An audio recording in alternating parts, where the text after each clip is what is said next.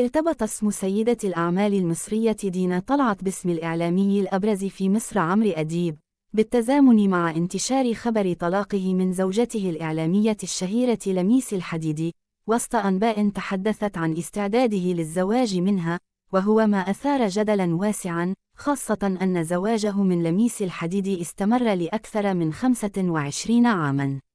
ودينا طلعت هي سيدة أعمال مصرية مسلمة، ورئيسة مجلس إدارة شركة راديو طلعت الشهيرة، التي تنشط في مجال الأجهزة الإلكترونية، وتعد واحدة من أبرز سيدات الأعمال في مصر.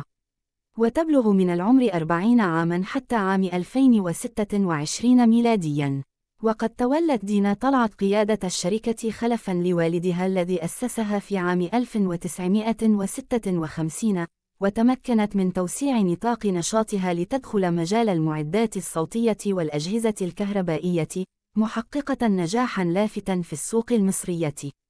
وعلى الصعيد الاجتماعي، سبق لدينا طلعت الزواج من رجل الأعمال المعروف بلقب إمبراطور السيارات شادي ريان، ولديها منه 4 أبناء، وهي سيدة تفضل العيش بعيداً عن الأضواء.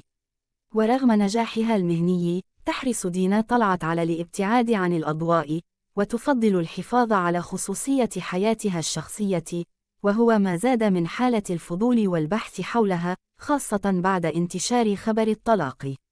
وعقب إعلان طلاق عمرو أديب ولميس الحديدي في 25 من ديسمبر عام 2025، شهد الفضاء الرقمي موجة من الأنباء غير المؤكدة التي تحدثت عن وجود علاقة أو زواج محتمل بين الإعلامي عمرو أديب وسيدة الأعمال دينا طلعت، وهي أحاديث انتشرت بشكل أساسي عبر منصات التواصل الاجتماعي وبعض المواقع غير المتخصصة، مستندة إلى تكهنات وتأويلات لا تستند إلى وقائع موثقة أو تصريحات رسمية. إن أعجبكم الفيديو، لا تنسوا الاشتراك في القناة، وتفعيل زر الجرس ليصلكم كل جديد، ودعمنا بالإعجاب، وتشجيعنا بتعليقكم.